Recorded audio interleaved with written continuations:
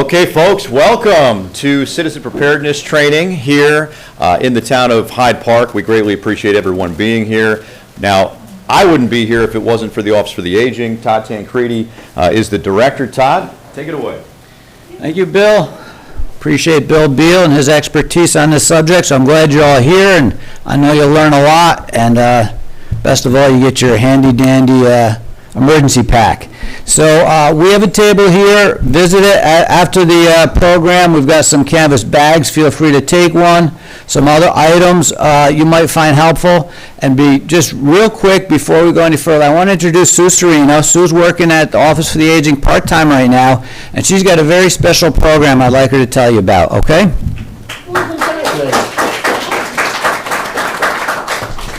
Todd does a great job at Office for the Aging. And it's just, thank you so much for being here today. You're going to learn a lot.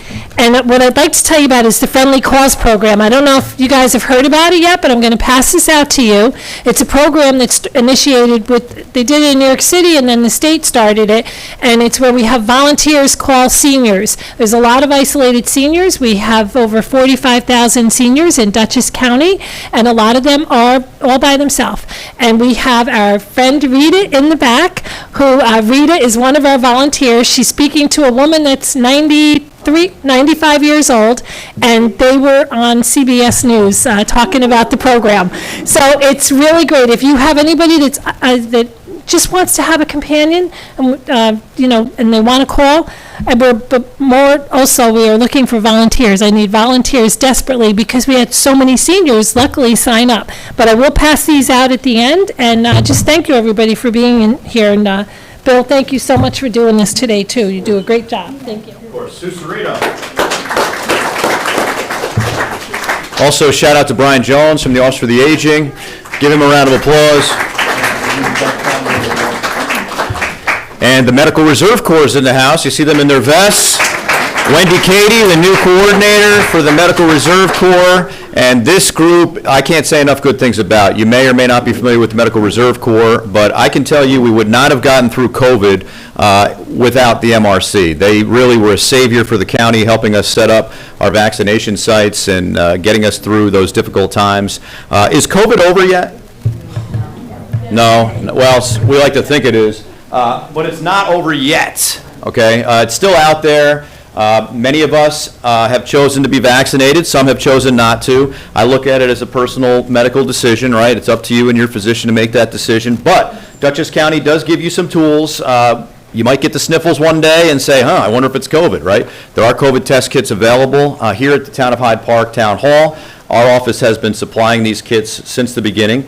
It's going to continue for a short time where we provide these kits because we're going to run out because we got our kits from the federal government and the state. My team back there, Ryan and Amanda, have been working the COVID test kits since the very beginning, and they can't wait for the COVID test kit distribution to be over. I mean, we're doing still, believe it or not, 500 to 1,000 test kits a week are being distributed from our campus to local municipalities and libraries and community organizations, and we love doing it. However, we do have other things we need to do at our office besides COVID, but we want to make sure that you have the tools to make sure that you are safe, and these test kits that you will see out there have the extended expiration date. So if you pick up one of these boxes and you say, they're giving out expired test kits at Hyde Park Town Hall. No, they're not expired. You'll see there's a little document above the distribution point that says they're extended till when? April these ones are? Yeah, these ones are going to April. And then after April's over, we're done with the care starts. And then what do we have left? Those full flex singles. I mean, this is how it's gotten to be where we refer to it by brand name. We've done so many of these. It started with the eye health. It went to the care start, right? And then it went to these other single. They say they're a kit, but there's only one inside on the other ones. They go through when? November? Okay, so we're going to keep pushing them out as long as people need them in Dutchess County and as long as we have them. So 162,000 kits I think we've pushed out. As of now. And before we did the test kits, we were doing PPE, right? Remember the masks, which people still wear masks. And again, my policy in these classes is if you want to wear a mask, please wear your mask. If you don't want to wear a mask, you don't have to wear a mask. What we ask you, though, is if someone is wearing a mask near you, you probably don't want to be right up in their face talking to them, right? They could either be sick or they don't want to be around you. One of the two things, right?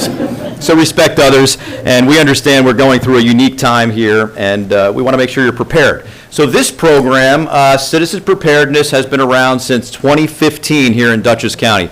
We've been here in this room before, actually using that screen.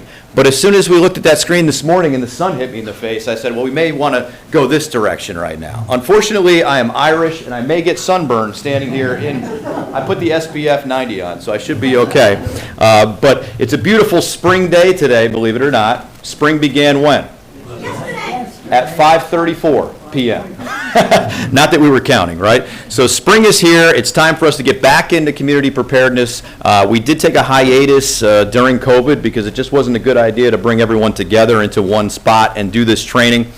We picked it up, believe it or not, about, what was it, a month or two ago in Fishkill?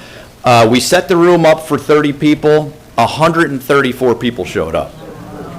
People were waiting to come to Citizens Preparedness training. Unfortunately, we didn't have 134 kits to give out that night, so we had to kind of do a list and then get back to those people and make sure they received their prize as long as they stayed awake during class, right? So this started in 2015 at Dutchess Community College, where we partnered with the state of New York and did the largest single community preparedness training program in New York State. We did almost 500 people at that initial training, and then we decided that Dutchess County, through former County Executive Marcus Molinaro, wanted to take on this initiative ourselves as a county. Around the state of New York, there's no other county that does it by themselves. They use the state to come in and do the training. We thought that doing it for Dutchess County specifically, it would be more valuable, right? We can tailor the program to the specifics in Dutchess County. So where have we been, right? Well, first of all, we've trained as of 2021, we're at 2,800 people that we trained in Dutchess County. That's a lot of people. We've been in Amenia at the Town Hall. City of Beacon, we've been there as well at their rec center. Town of Beekman Town Hall, Dover. We've been at the Wingdale Library. We've been at the Senior Center out there. Town of East Fishkill Community Center. Town of Fishkill a few times, Town of Hyde Park. We were in this room, like I said, that was probably 5 years ago. It's on YouTube, though. People keep telling me, I saw you on YouTube at Hyde Park, and I said, I didn't even know they were recording me that night. It's like the worst angle. I went on there, it's like straight down on me while I'm talking, right? Where's the camera right now? Okay, all right, there we go. Hey, there we go. So it's a better angle this time, I think, but the Town of Hyde Park does a great job with their community programming. I mean, the cable channel, the website, the YouTube. You're lucky to have not only the technology here in the Town of Hyde Park, but the personnel that actually know what they're doing. It's really good to actually have good programming created right here, so shout out to Hyde Park.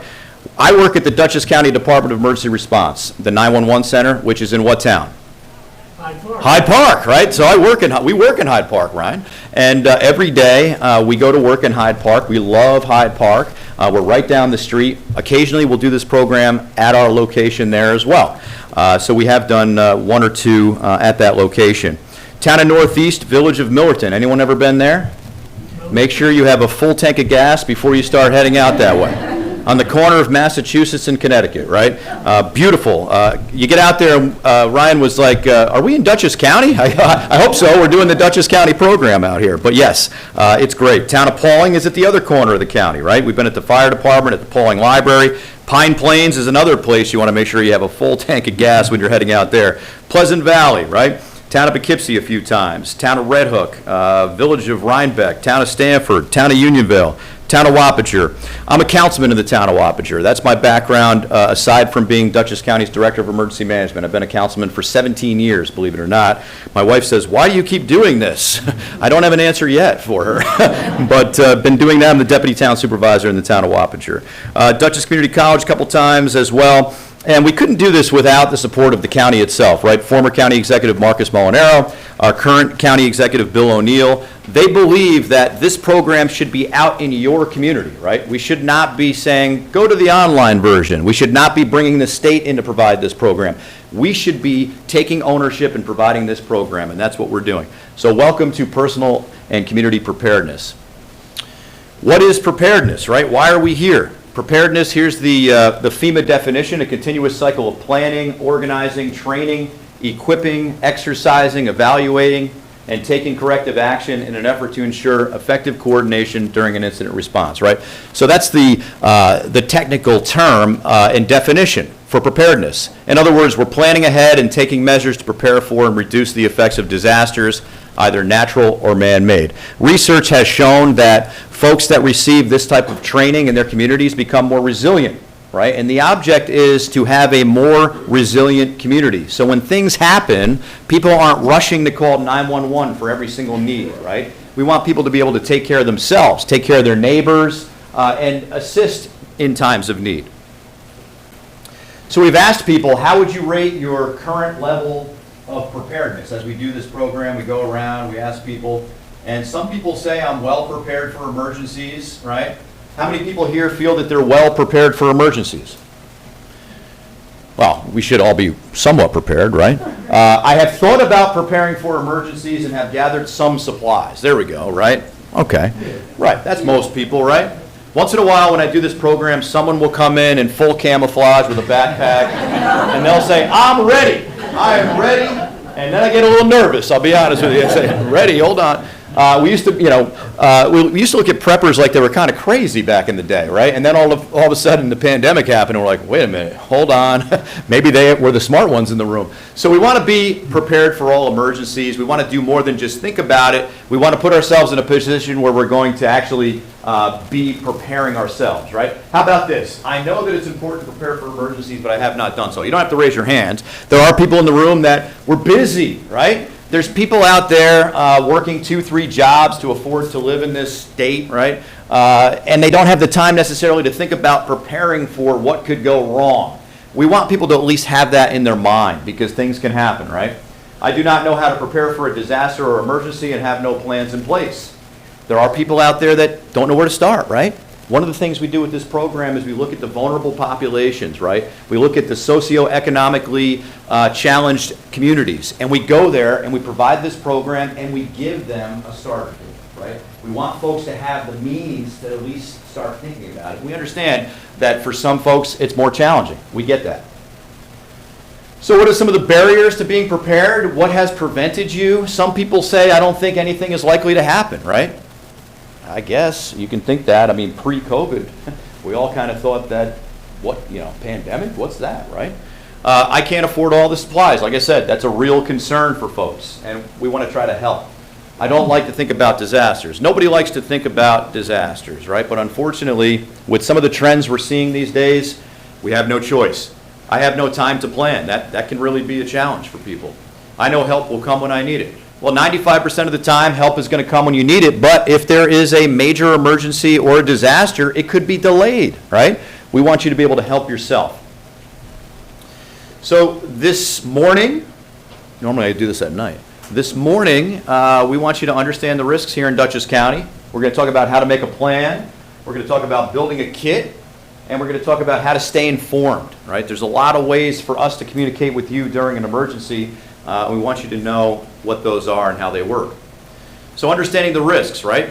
So in our community, there's different types of hazards. We want you to know what they are and how to respond to them.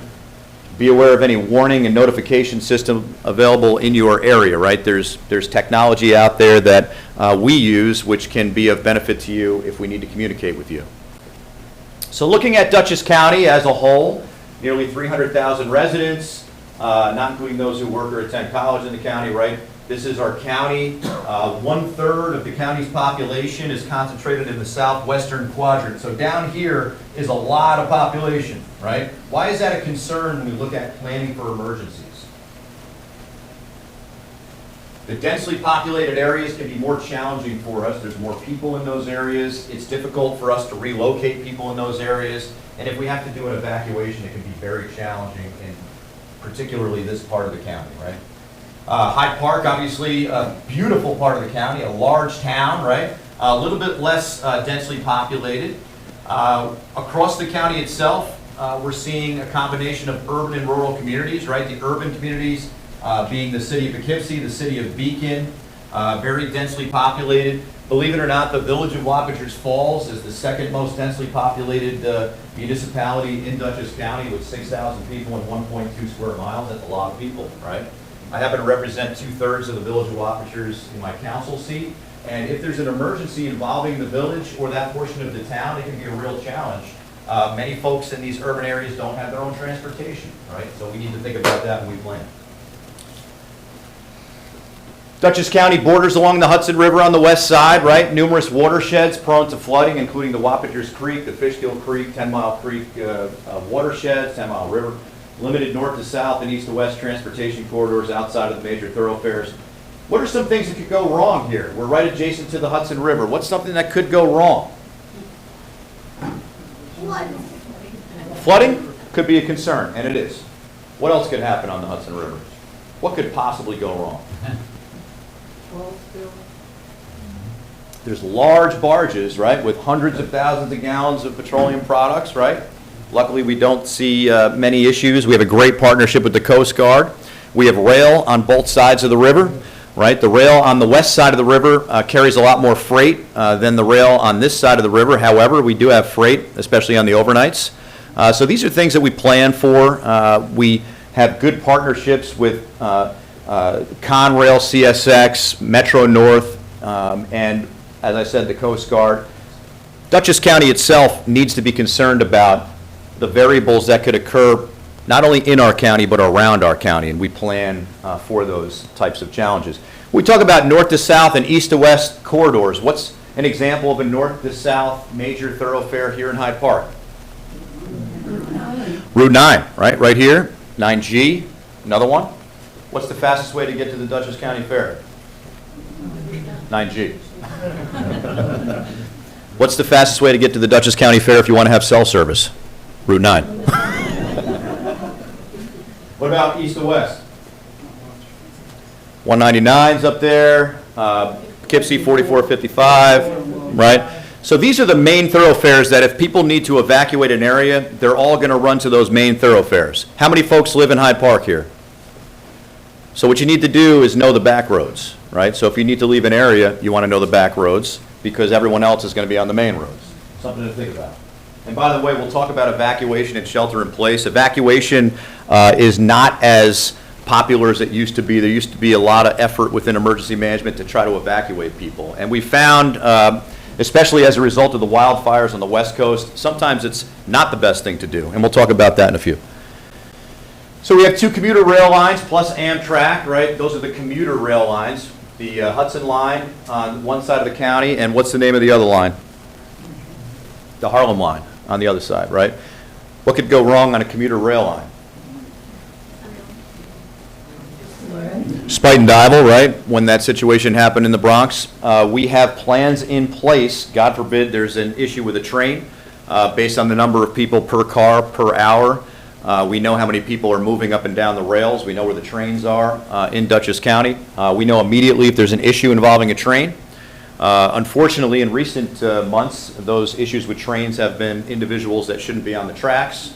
But we do have pre-deployed resources in Dutchess County if we have to respond to a large incident involving a train where a number of people have to be treated and transported. We have assets that are deployed around the county to respond to that. We have an airport in Dutchess County, the Hudson Valley Regional Airport, which is a busy airport. It's mainly private planes and instruction going on there, but it's being built out. There's a lot of future potential for that particular airport. There's some general aviation airstrips also in Dutchess County. Large electrical substation, telecommunication switching stations, the Iroquois pipeline. These are all large, what we call critical infrastructure in Dutchess County. We have plans for these types of things if there were to be any sort of damage to them, whether it be natural or man-made. Folks that may have been paying attention to some of the things that have been going on around the country, there have been situations where people have been doing damage to these types of electrical substations for political reasons. We have plans in place and security in place on these types of critical infrastructure. New York City Aqueduct. Did you know the New York City Aqueduct goes underneath Dutchess County? In fact, it's been under construction for, Grace, what, 10, 15 years now? So I think they did a blast the other day because the whole town shook and nobody knows what it was. I think it was them doing some blasting 800 feet below the Hudson River. Think about that, right? The idea with the New York City aqueduct, it had been leaking. I mean, it's an engineering marvel. It's incredible. 51% of New York City's drinking water flows under Dutchess County. Think about that on a daily basis, right?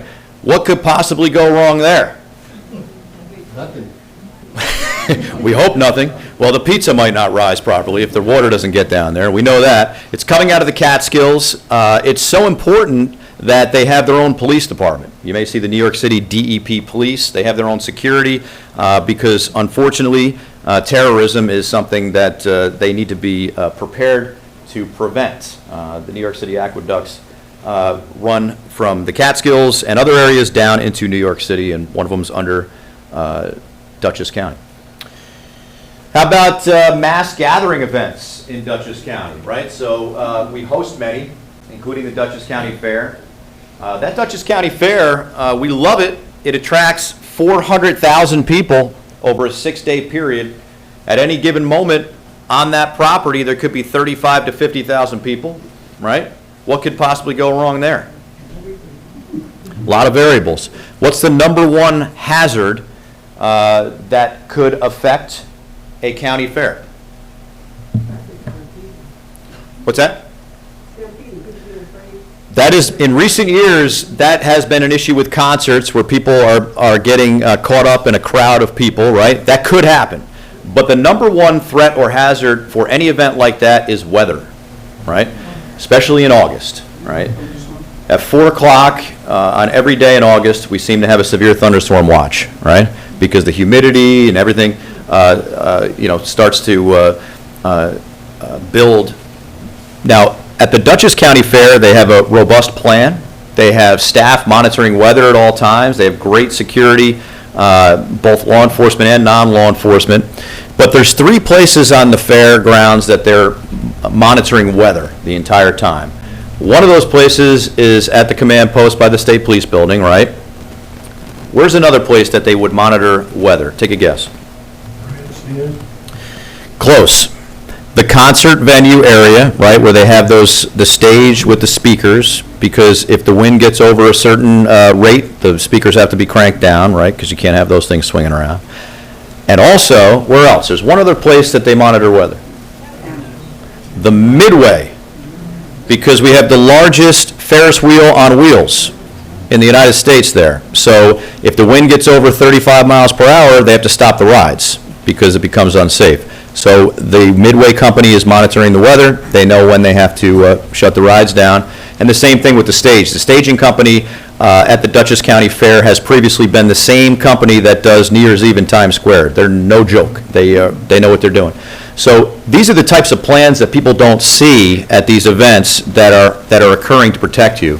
When you walk through the Dutchess County Fair, most recently last year, you may have noticed if you came in through Mulberry Street, those white metal, maybe you didn't notice them, those metal barricades that were on the street, right? That's a new addition. Unfortunately, we have to protect ourselves from vehicle ramming events now, where people intentionally drive vehicles into crowds. And this is crazy that we have to think about these things, but we need to create fortification around these events now. So you'll notice those, they're called meridian barriers. You'll notice those are not just there for decoration, they're there to prevent a vehicle from driving, because Mulberry Street is a road which closes down, right, for the fair. At the Dutchess County St. Patrick's Parade, we fortified the entire perimeter of the parade with those barriers as well.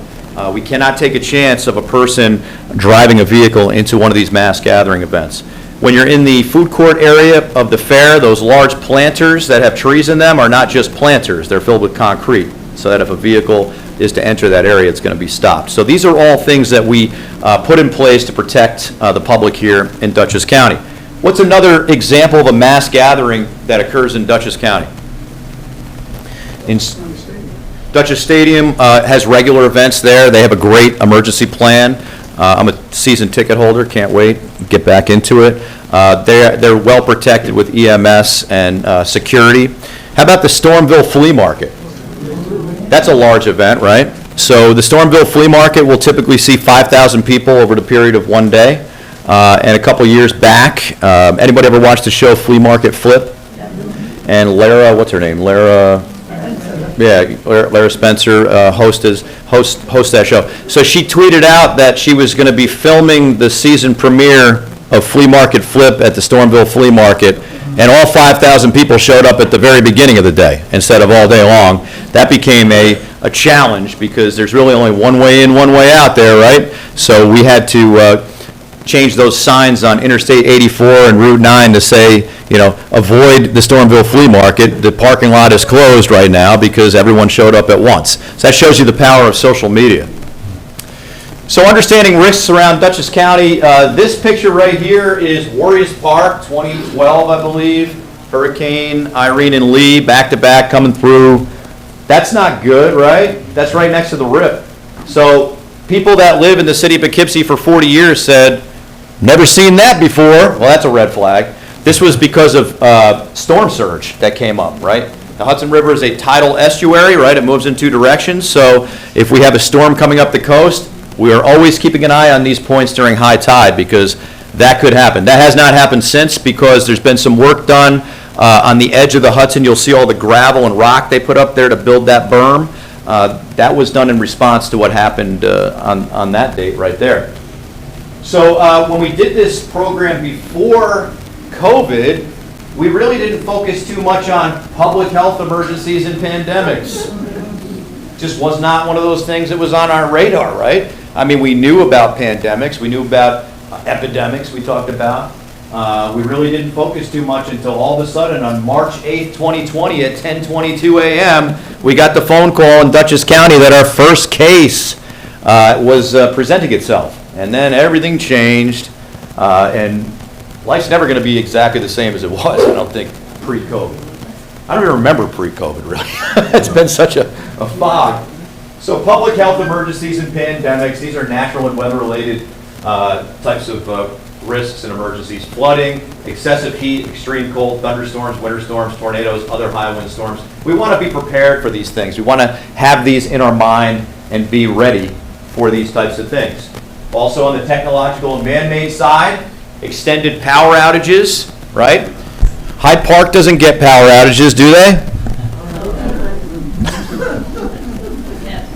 I will tell you that there has been a concerted effort, okay, to work with Central Hudson and NYSEG, which covers the other part of the county, to try to improve the restoration times. And former Senator Sue Serino can attest to this. She's been on many of these conference calls where we lean into Central Hudson and say, you gotta put the estimated time of restoration up accurately. You can't say that we think your street's gonna be on at 10 p.m. tonight, right? And you plan on it and then it's not till 10 p.m. the next night, right? So they have really made a concerted effort to be more accurate with that. And they've also been held to higher standards by the Public Service Commission. You'll see them out there cutting the trees back more often and clearing the vegetation to try to prevent power outages, right?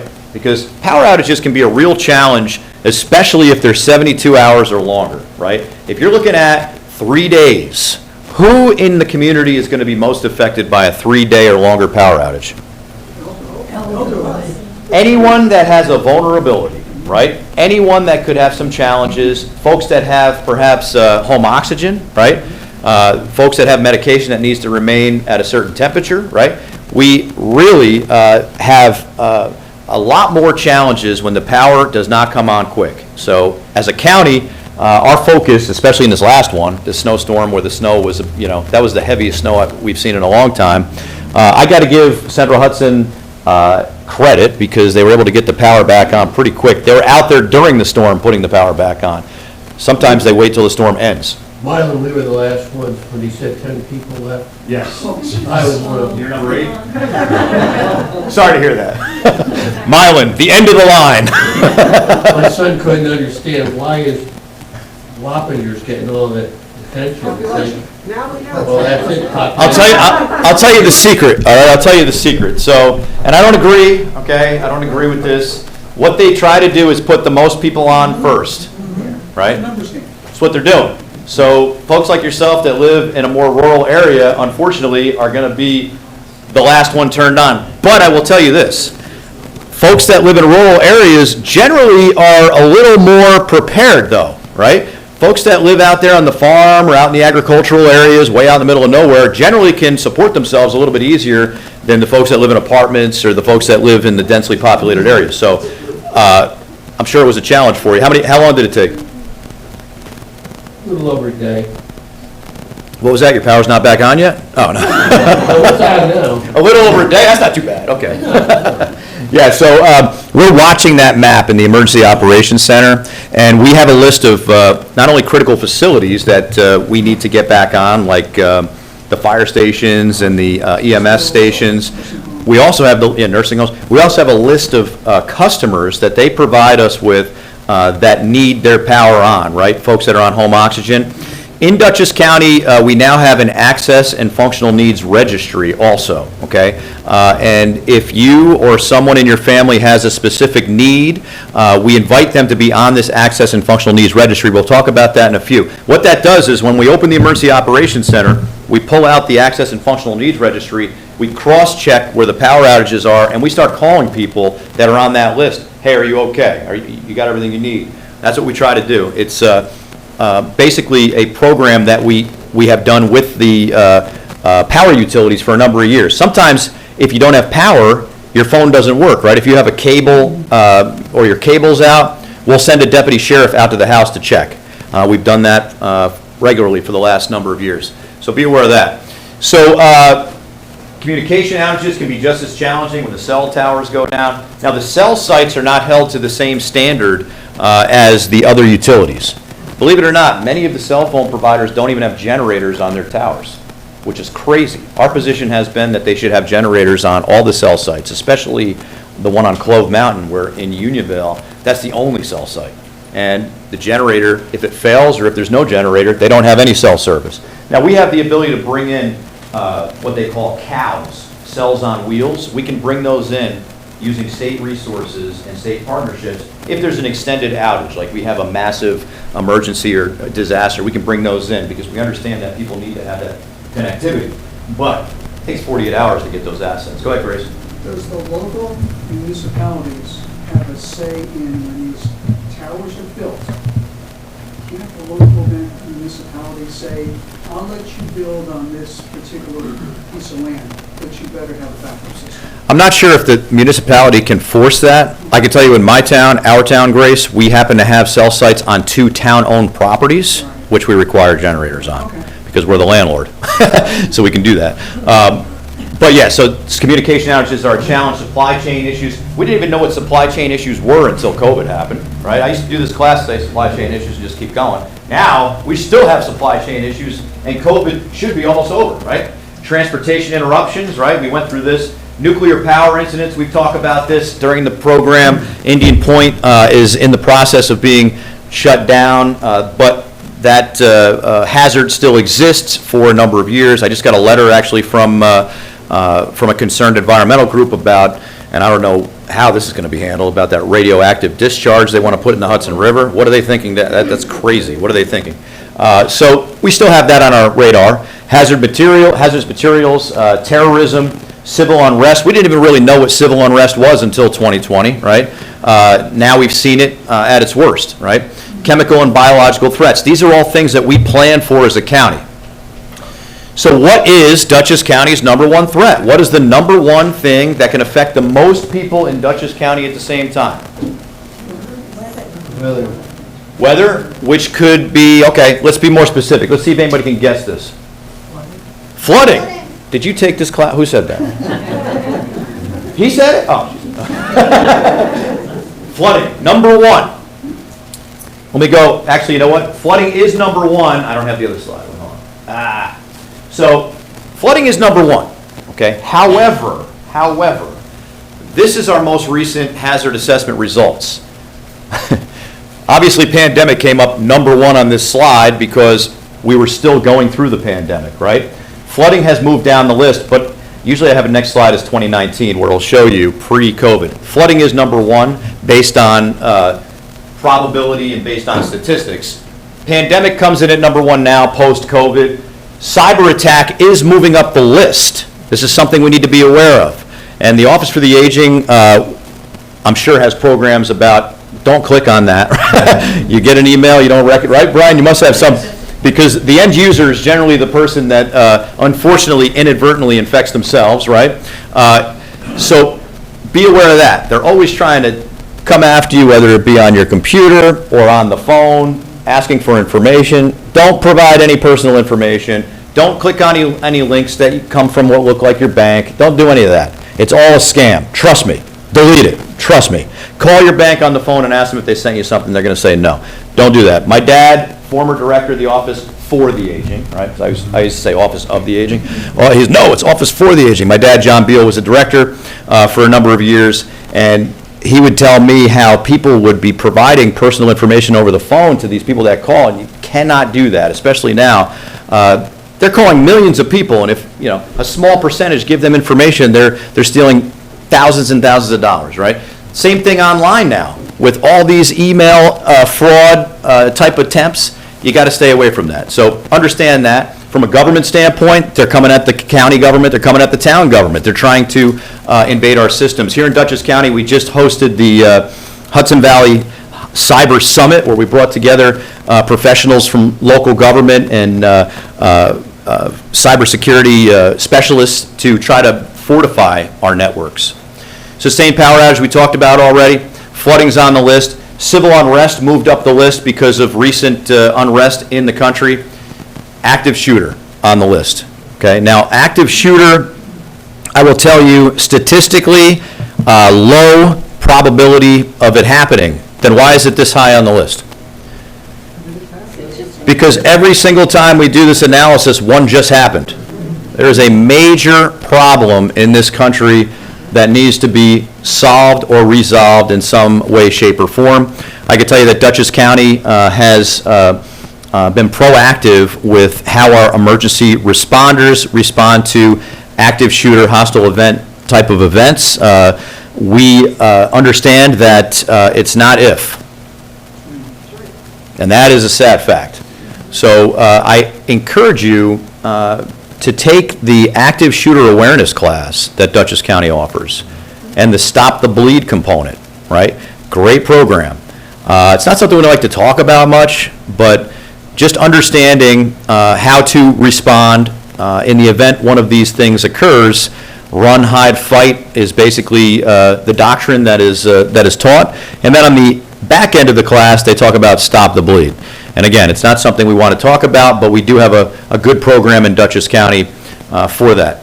Major transportation accidents on the list, hazmat release, in transit, hazmat release. These come up every time on these types of analyses. And then Barton Orchards happened, where we had a propane truck that had a mechanical failure.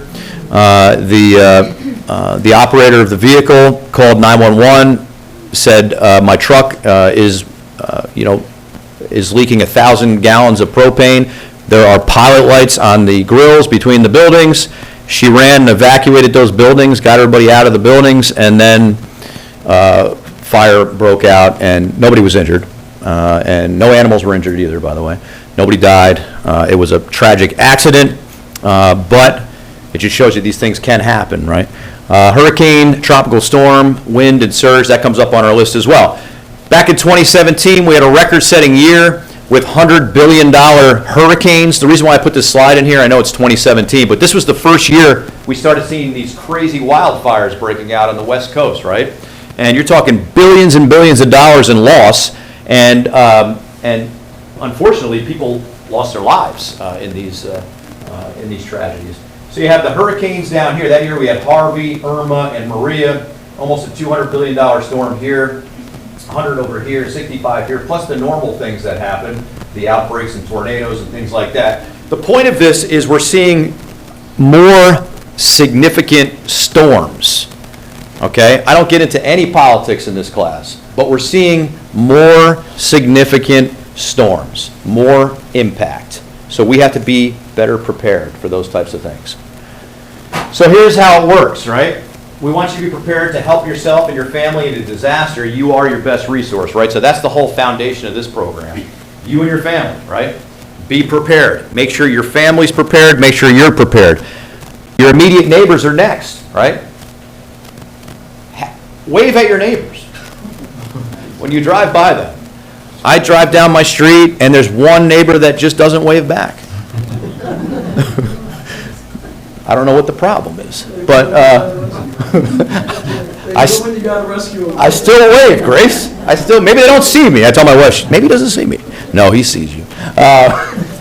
Talk to your neighbors. Get to know your neighbors, because you may need them or they may need you during an emergency or disaster, right? When I do this program, like tonight, I'm doing Troop 50, Boy Scouts, right?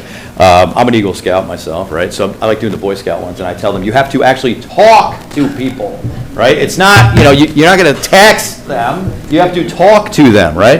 That's the way it should be. Because ultimately, research has shown us that your family, your neighbors, and then your community as a whole is the network that makes you more resilient, right? Join an organization, right? Whether it be an Elks Club or a faith-based organization. The fact that you're here right now, you're already ahead of the game, right? Local government comes in to assist. You call 911, local government's going to respond. It may take additional time if there's a major emergency going on. County government, I'm from the county. I'm here to help, right? We're here to support the local resources. The state government is there to support the county resources, and the federal government is there to support the state, right? So FEMA would be at the top of this triangle, but FEMA is not a first responder. Remember Hurricane Katrina? Where's FEMA? Where's FEMA? We need them here. FEMA's job is not to respond immediately. Your local government should be providing for those plans, making sure that their community is best prepared and responding initially. FEMA will be there to assist, and most of the time FEMA's coming in to assist monetarily, right?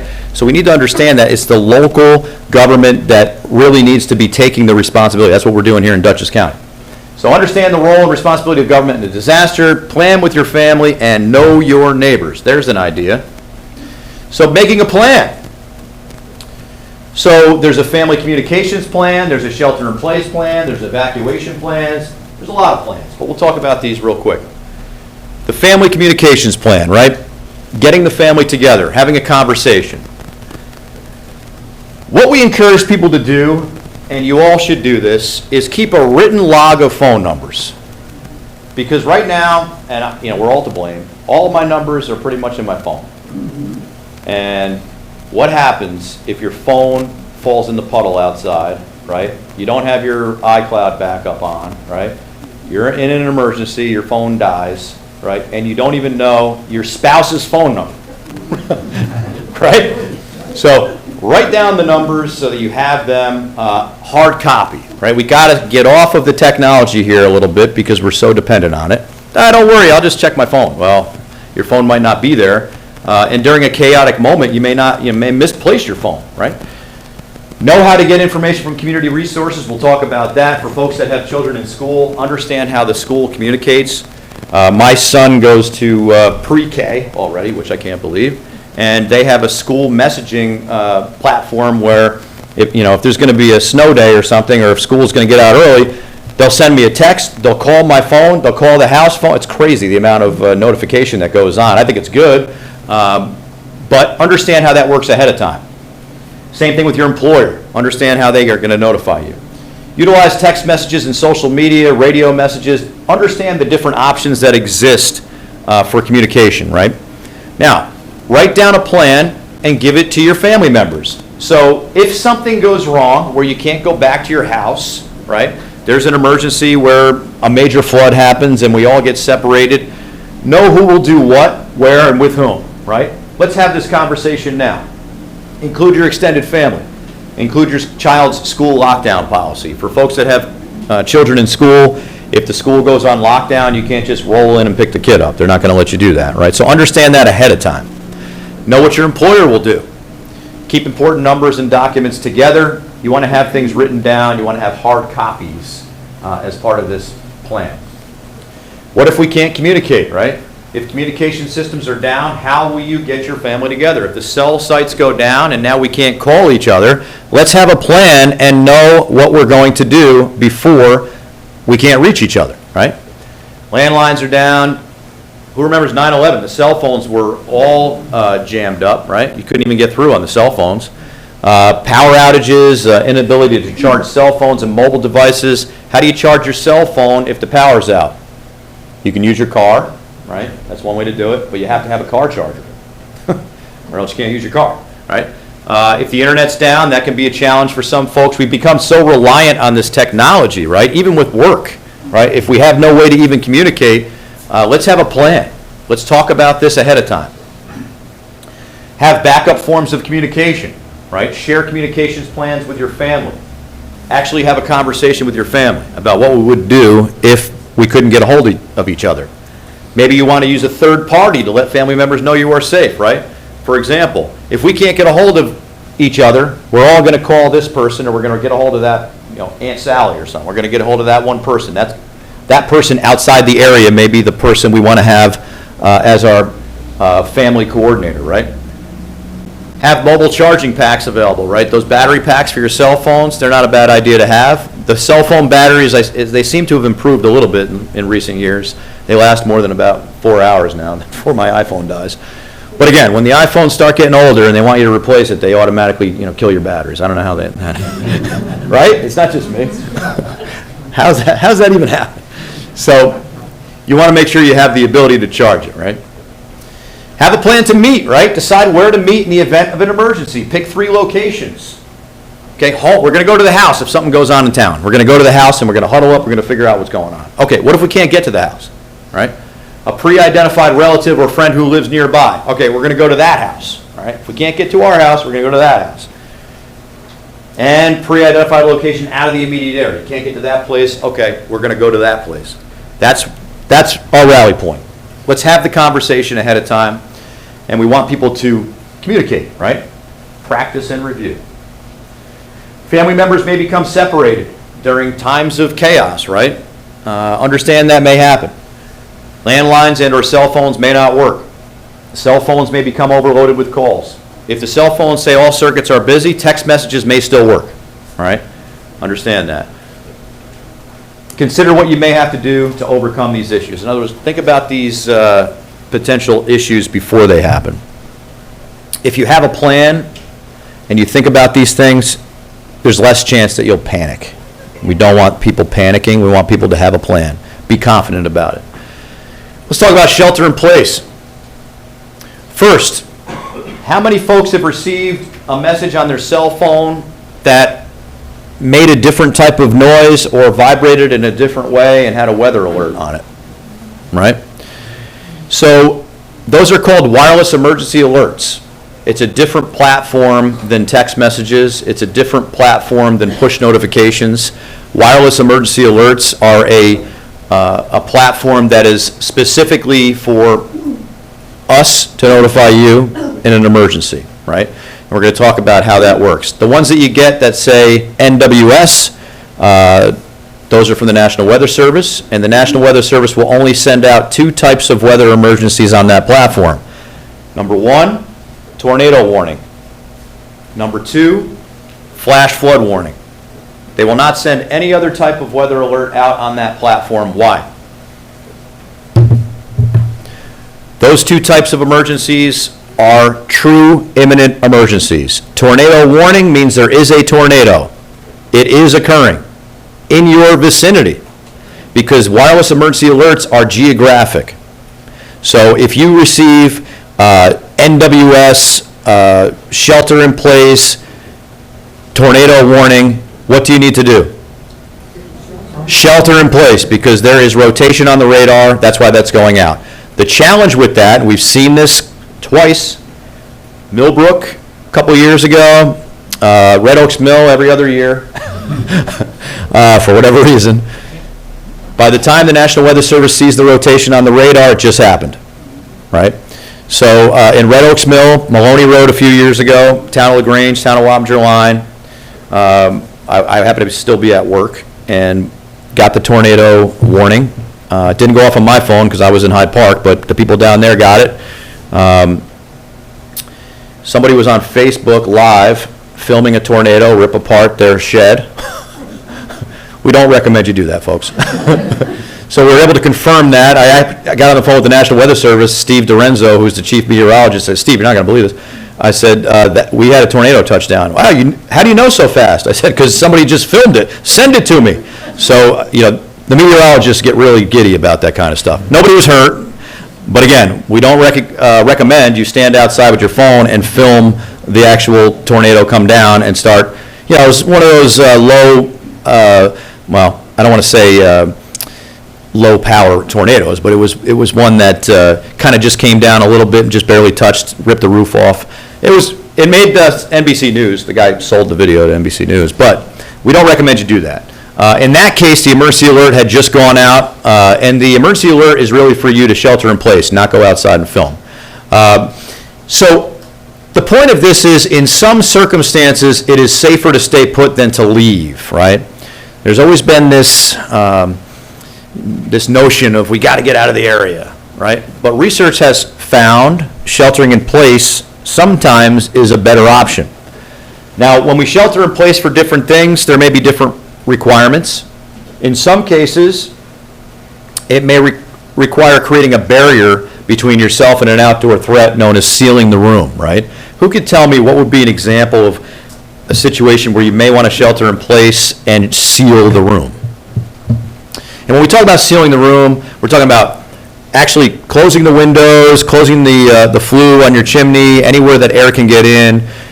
Could be some sort of a chemical release outside, right? You could have, a hazmat situation, a truck that's carrying chemicals or something like that, or East Palestine, right, where they had that train derailment, which I'm always fascinated watching in real time how, the emergency management process works when something like that happens, because you're always going to have that fog of war, right, where people don't know what to do, right?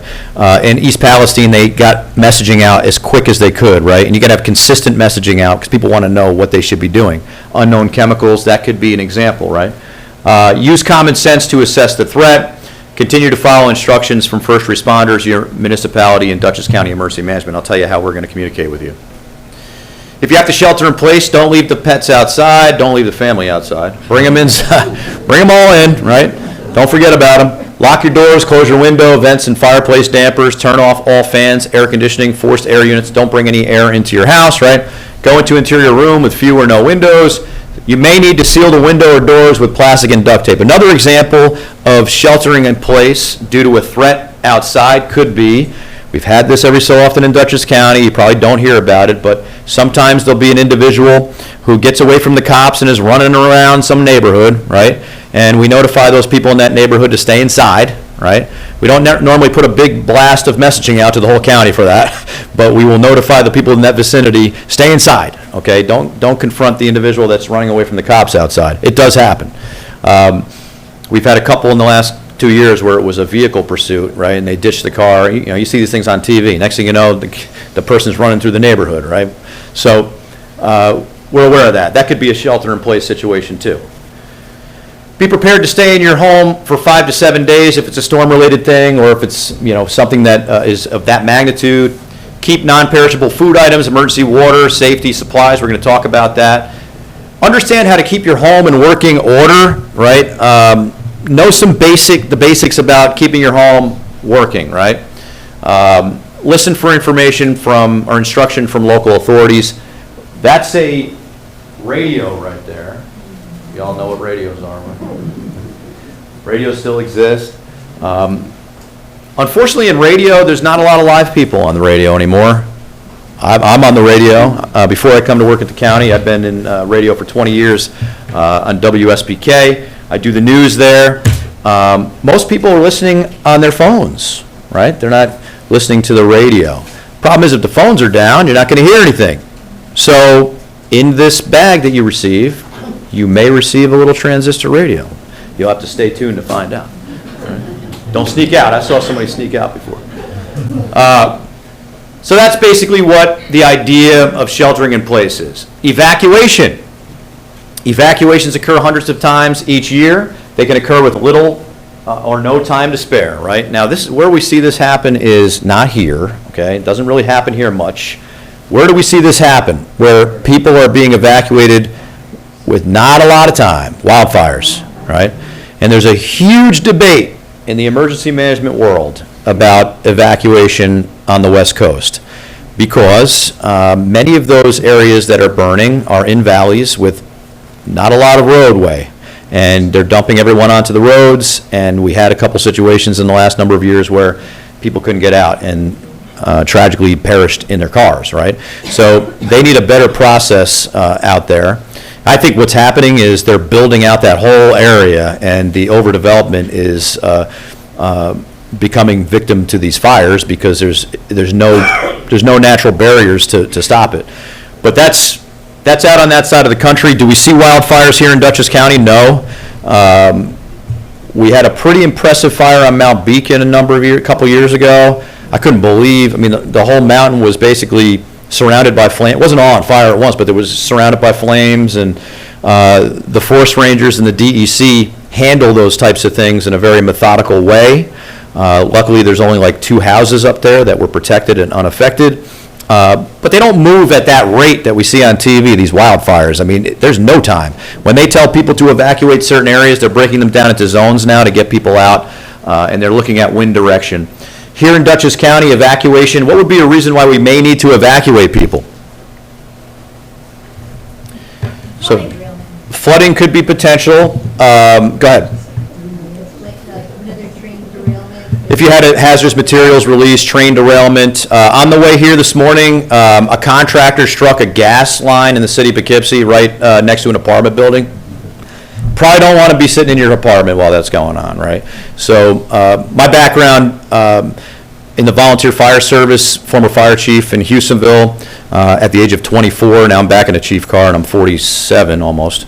So, we, as firefighters, we will evacuate a given area, right? If it's a large-scale situation, right, that's where we have to get the chief elected official involved sometimes, the supervisor or the mayor, to actually order an evacuation, right?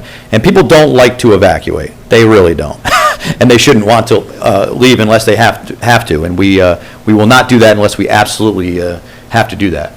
So for evacuations, have a plan where you and your family will meet, right, with members leaving from home, work, school, or other locations. Have that conversation. If we have to evacuate, this is what we're going to do. Have a family point of contact outside your immediate local area for family members to check in with, just like we talked about before. Have that third person available and understand what your plan is. Plan safe potential evacuation routes. We talked about this before. Most of you are from Hyde Park. You know the back roads, right? The truth of the matter is if we have to evacuate an area, most people are going to be on the main thoroughfares, and it's going to be a challenge, right? Know the local routes. Make plans for an ultimate destination once you are outside the area. There was an evacuation of the Dutchess County Fair once. Anybody remember that? Where a storm came through and dumped a lot of water, and they had to evacuate. Why? Because all the cars were sinking in the parking lot. That's how much rain. So they had to get tow trucks out there to get the cars out, and that was fun. Luckily, I wasn't involved with that one. But that could happen. That could be another example of an evacuation. Make the arrangements with your family. If a family member is institutionalized, that means if they're in a nursing home or an adult care facility, understand what their plan is. Sometimes they have their own plan for evacuation that you signed and agreed to previously, so that's what they're going to do, right? Keep needed supplies and medications available. Plan for all emergencies, and of course, plan how to evacuate your pet. And you're going to see that pet mentioned throughout this presentation because post-Katrina 2005, new legislation came out that we have to plan as a county to facilitate people's pets.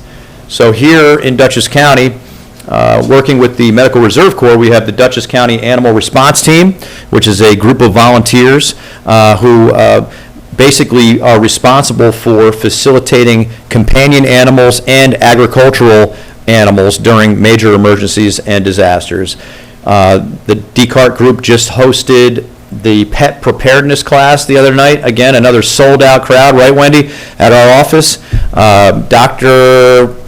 McNamara, who is the man. We are so lucky to have Dr. McNamara, veterinarian. He's been involved with the emergency services. I knew the guy was legit when on New Year's Eve, actually New Year's Day, I saw a picture of him in Times Square with all the cops. I'm like, this guy is legit. We have him in Dutchess County. He does our pet preparedness programs. If you want to take that class, the MRC offers that class. it fills up record time. I mean, it fills up in like one day. So you should pay attention to our website, dutchessny.gov. We'll make sure, Brian, that you know when our next one is. You can push it out to your list, and it's a great program. Plan for other needs, too. Vehicles, home security, utility, insurance, vital records, special needs, animals, safety skills. Take these things into consideration as you plan, in case you have to evacuate. And we're going to talk about, as we come into our last step here, building a kit, right? This is the kit that you're all going to receive, and let's talk about what's in this, right? These kits were funded with support from the federal government. We were able to get a grant because preparedness is a priority for the federal government and the state of New York. And we were able to use that to get funding for these kits for anyone that attends this class. So within this kit, you're going to get a mask, right? Dust mask, not an N95, dust mask. Anybody know what aqua tabs are? Water purification tablets, right? You're going to get some of those. You're going to get some gloves in here as well. You're going to get a whistle. Why would you need a whistle? Because you can't scream loud enough. Right, in case you need to try to get attention, you can blow the whistle. Hopefully somebody hears you. It's recommended by FEMA to have one. You're going to get a light stick. You can get a first aid kit. You're going to get an emergency poncho, which can also be used as a water collection device, right? Some of these things have multiple uses. You're going to get some tissues.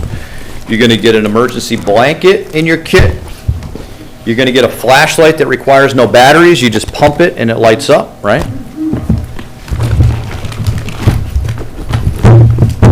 Now, this one doesn't have the radio in it. Is Amanda here or no? No, she already walked out. Grab me another one. I might have stole the radio out of this one. I was listening to it. See if there's one in there. Okay. And you're going to get this pocket-sized transistor-style radio. Now, what I would recommend is you get some real batteries, not the Power Max batteries that come with it. These ones, can't guarantee these are going to last too long, but these radios work. So it's a good backup to have. If there's an emergency, you can find a live person on there telling you some information. Sure. I have my battery operated radio at home, Right? and I can't find radio stations when I need them. Is it AM and FM or just, oh, it is? So you should be able to hear some stations on there. If you don't get any stations on it, you're going to want to get rid of that radio. In fact, I'll give you a new one today. Yeah, I mean, the stations are still out there. The challenge is not all of them are live anymore because the nature of the business, there's not live people on every station anymore. But you will find live people on that transistor radio. And I'm going to tell you some other ways we're going to provide you with information as well, so before you even need that radio. So we talk about the kit. That's the example of the kit you're going to get, right? But in a perfect world, having a kit for your home, for your work, and for your car, that would be great if you could have 3 kits, right? They don't all have to be the same, though. The home kit, they recommend, like a large Rubbermaid container like that, right? They say to have 1 gallon of water per person per day, food, 3 to 5 day supply per person. You got the battery-powered radio, the flashlight with extra batteries, first aid kit, manual. Learn first aid. Take a first aid class. I mean, nowadays you can go on YouTube and learn CPR first aid, but we offer CPR and AED training across Dutchess County. There are opportunities to do that. You should definitely stay proficient. Sanitation, hygiene supplies, matches, container, prescription medications or glasses, important documents. What's an example of some important documents you should keep in your home kit? Yeah. What I would say is, birth certificate, social security. Make a copy of them, though. Keep your original documents somewhere else secured, but in your kit itself, have copies of these things. What else? List of your medication. Yeah, list your medications. Emergency contacts would be good. Prescription medications are challenging to get additional prescription medications nowadays especially, right? So they recommend you have additional prescription medications, although that can be challenging. What other documents? Maybe a copy of your mortgage, lease agreement, things like that, right? You want to be able to prove that you actually live there. What's that? Anything else? Money? Oh yeah, money. We're going to get to that. In fact, I'm going to ask him how much money he's going to have in his kit. Some other things to consider: a whistle, we talked about that, extra clothing, small manual kitchen tools, wrench or pliers, cash, coins. How much money should you have in your kit? How much money were you going to have in your kit? $10? So there's no right answer. I do this class all over the county, and some people say $500, $1,000. I go, oh, okay, all right. So you want to have cash because debit cards and credit cards may not work, all right? You want to have cash in different denominations. You want to be able to buy things without having to, try to find a working ATM machine, right? Which may not be available. So cash and coins, put that in your kit as well. Don't take the money out of your kit don't borrow money out of your kit. When the pizza guy shows up at the front door, don't take the money out of your kit, right? Don't take the wrench out of your kit, right? If you need pliers, don't take it out of your, why? Because you're never going to put it back. It's never going to be there when you need it, right?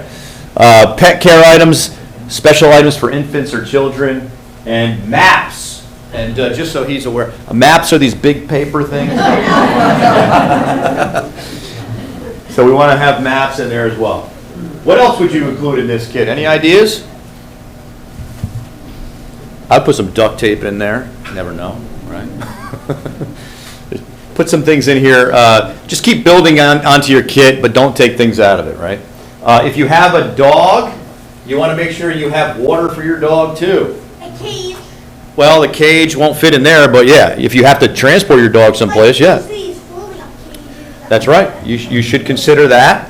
Consider that. I have a 110-pound German Shepherd. I don't know if 1 gallon of water is going to be enough per day. I have an Australian Shepherd who's 35 pounds, so you got to think about your dogs or your cats. I have cats too. I always forget I have cats because they came with the wife. They live like kings. What can I tell you? You know. So yeah, don't forget about the cats either, right? And your animals. Additional items: mess kits, disposable flatware, feminine hygiene, pet care, sturdy shoes, right? Sleeping bags, fire extinguisher. These are things you should consider in your at-home kit. By the way, all this is at ready.gov, which is the FEMA website. I see you all writing down and taking photos. Ready.gov has all this, right? So how about this? Your car or your work kit, which is similar to the one that we have right here. Portable, durable bag, which you're going to get. Should include 1 to 3 days of supplies. Oh, I forgot.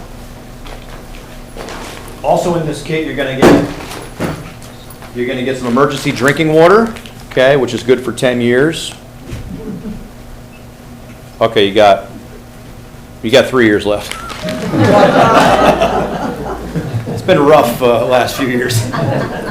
And then, of course, we have our lemon-flavored food rations. Amanda, why don't we cut these up and start serving them and see how they go? One day I'm going to do that. I say that every class. So those come in the kit as well, right? Food, water, emergency blanket, we talked about that. Flashlight, light stick, first aid, hygiene items. Keep a sturdy pair of shoes at work, ladies. Why? Unfortunately, on 9/11, we saw people had to walk 3 miles in their stilettos, right? And fellas too. I mean, your flip-flops that you wear at work might not be the best. So something sturdy that you can, in case we have to walk. You may have to walk someplace, right? So keep those in your kit. We had a situation a couple years ago where we got a snowstorm. It's probably more than a couple years ago now. And Interstate 84 became impassable. You ever notice those gates that they have on the entrances now? That's because of this storm that happened where a bunch of cars got up on Stormville Mountain and that was it. They couldn't go any further. We had to send ATVs out there to rescue people out of their cars. And one of the cars was loaded with people coming home from college who were wearing shorts and T-shirts and flip-flops.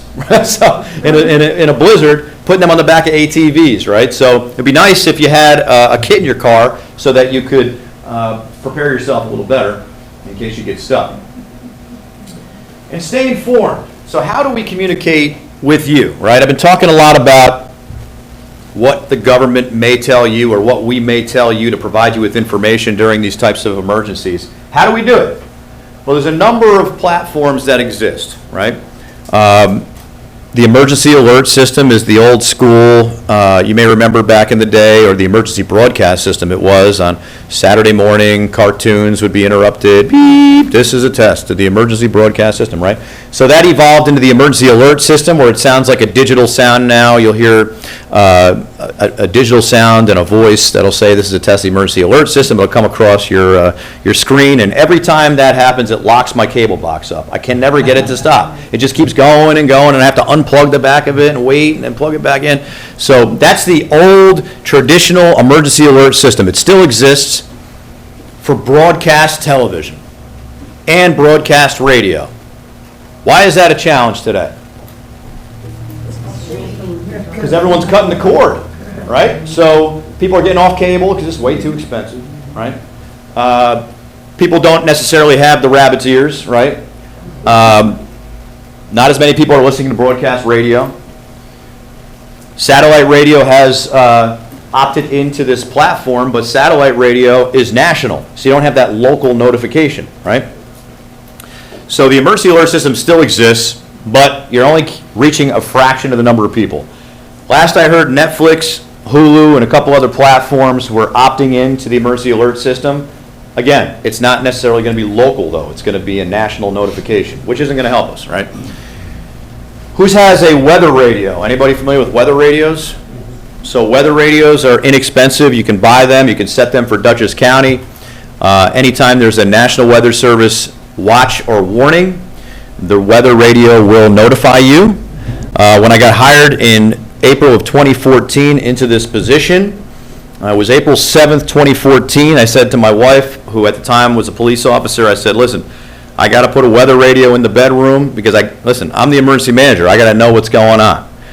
Well, by April 9th, she pretty much put it through the wall because when it went off in the middle of the night, that's not happening for, the flood watch, at the Hudson River, 3 foot, So now the 911 center calls me if there's something imminent going on, especially since I have 2 kids now. But if you do get one of these, I'm just telling you, you're going to hear every watch and warning. And when you get into August, every day that there's humidity, there will be a thunderstorm watch, and if one actually starts impacting, you'll get the thunderstorm warning too. It's a great notification tool for schools. We recommend that all the schools have these so that they're notified during the school day if there's something going on, but not necessarily the best notification at 3 o'clock in the morning. New York Alert is a platform that New York State makes available, which you can opt in for through nyalert.gov. New York Alert basically is the state of New York's messaging system where you can get everything from road closures to weather notifications to sewer discharges. Just in case you're wondering, every time it rains a lot, there's a sewer discharge into a waterway and it gets pushed out on New York Alert. The problem with New York Alert is when you subscribe, it opts you into every single notification unless you uncheck the boxes. So every single notification in Dutchess County, you probably don't need to know about all those things, but New York Alert does exist. You can check that out. But the best approach is to use our system that we have now. And we're going to talk about our new app called Ready Dutchess. Ready Dutchess is a cell phone app that's free, okay, that you can add to your cell phone, and it will give you whatever you choose. Regional weather alerts, power outage updates, road closures. If we open a shelter for the purposes of overnight shelters, we have a map that would indicate where those are located. Warming centers, cooling centers, things like that. Preparedness tips. This is our app. It's run by a third party that knows how to do apps, but everything in this app we put in. And this is not something that's going to over notify you. Okay. We're not going to set your phone off unless we need to. You will get a lot of updated information on this app by opening it up and choosing the different options. For example, we talked about access and functional needs. you can actually go to the app, click on Access and Functional Needs, and fill out the form and opt into our Access and Functional Needs registry. If you don't want to do it through the app, you can go to the county website, dutchessny.gov, and you can opt in that way as well. Citizens Preparedness Training. This training that you're in right now, this is a special training. We didn't do county-wide marketing for this particular program. We wanted this to be more Hyde Park and more Office for the Aging centric, right? But citizens preparedness trainings occur all around Dutchess County. We put that out, and we have information on the app as well. The Medical Reserve Corps offers a lot of training that's open to the public. We will include that on the app as well, whether it be the pet preparedness training or whether it be other types of training, like we talked about active shooter, stop the bleed. Those types of offerings we'll put on the app. And then I said maps and shelters. Right now, if you click on maps and shelters, nothing will be indicated because in Dutchess County, we don't have pre-designated shelters. We have pre-designated locations that we decide if we're going to open it as a shelter. Because what happens is people will just show up at these locations and they're not staffed. So we do not indicate a shelter unless it's actually open and able to facilitate people.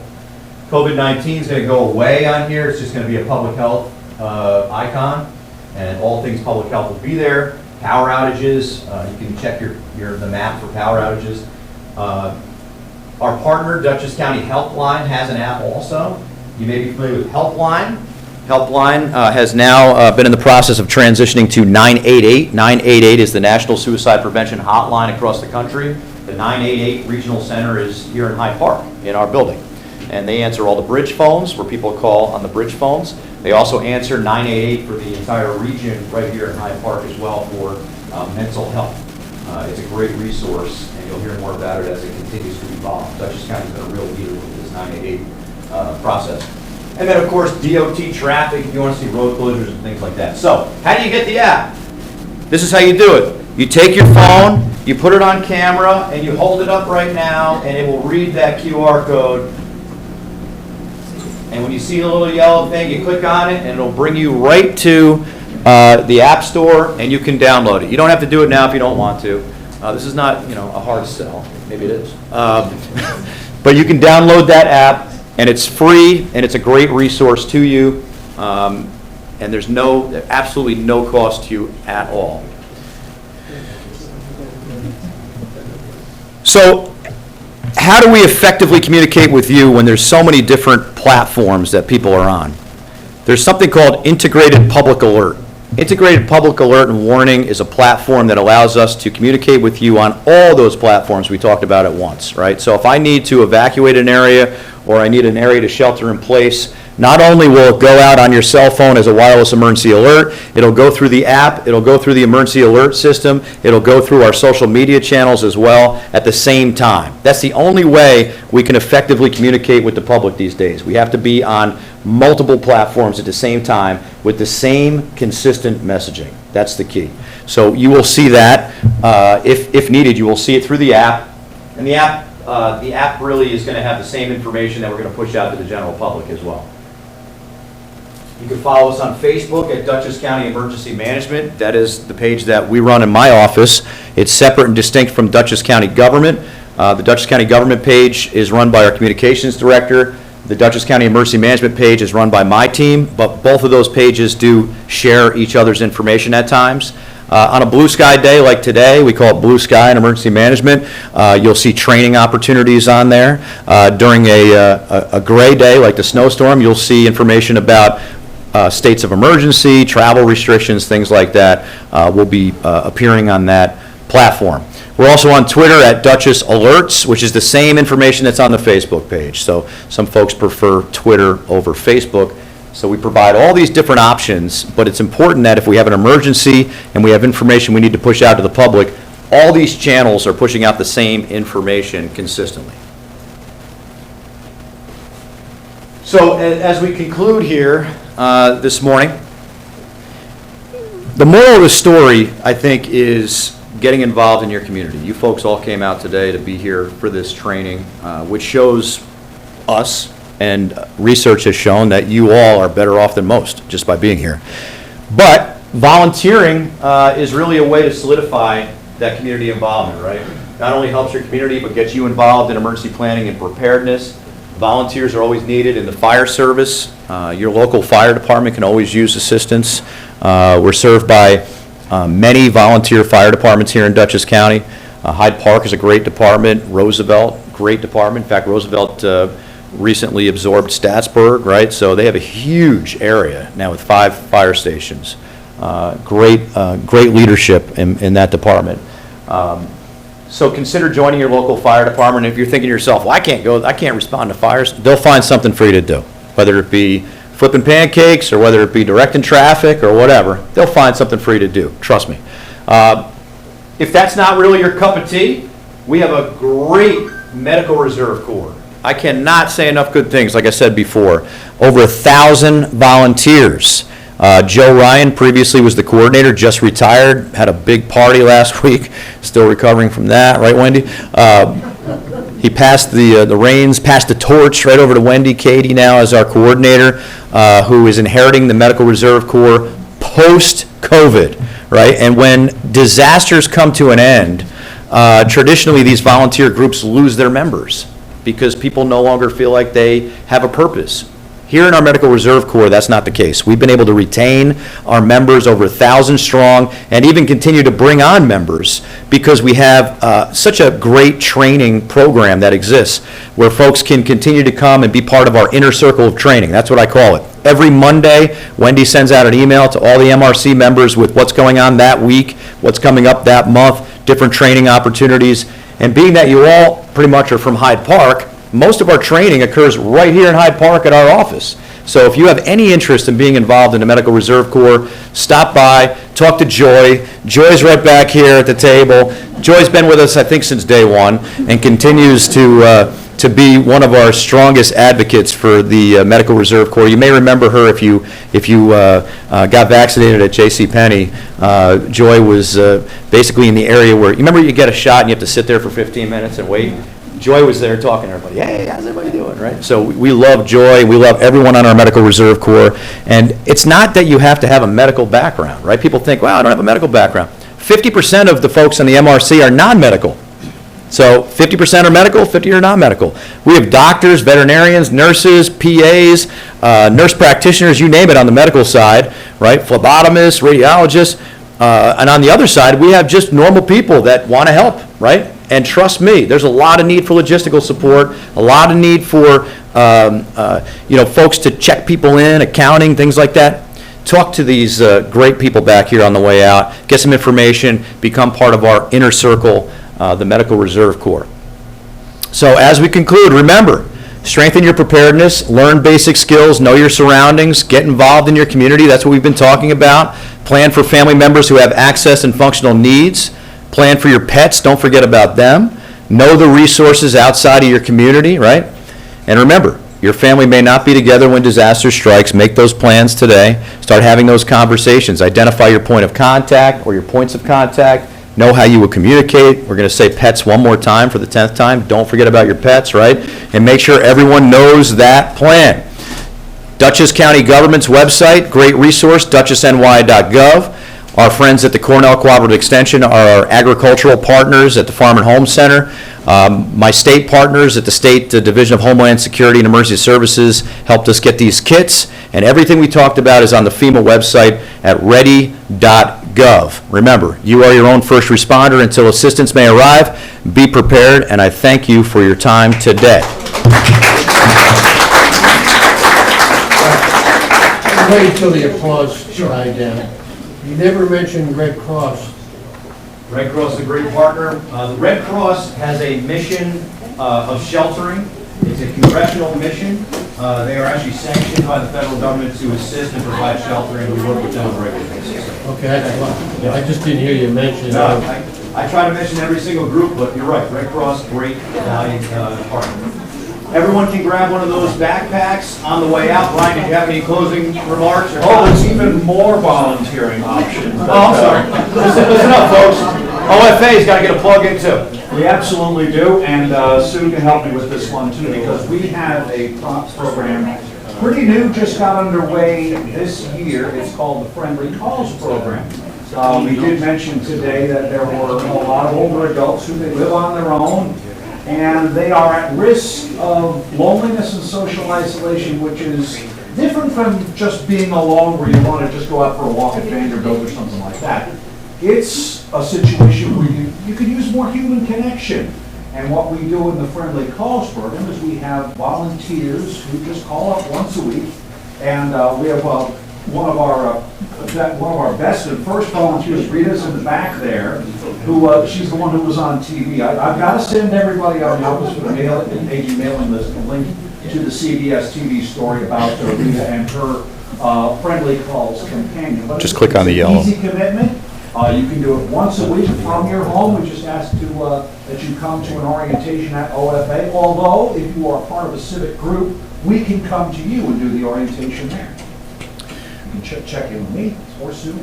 We got to give a shout out to Supervisor Torgiani for hosting us here today. Ladies and gentlemen, give it up to Town of Hyde Park. He just downloaded the app just like you all should do. So thank you very much. Have a great day. It's been our pleasure being here. Supervisor, thanks for having us. Appreciate it.